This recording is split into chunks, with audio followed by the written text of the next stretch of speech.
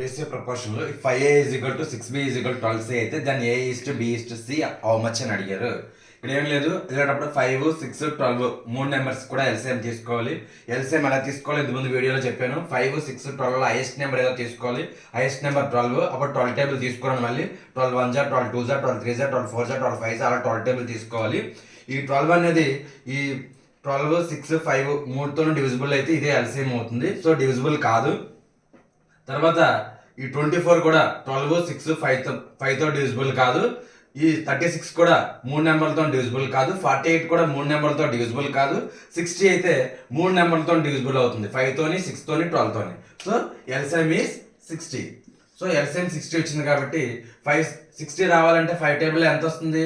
5 12 జా 60, 6 10 జా 60, 12 5 జా 60.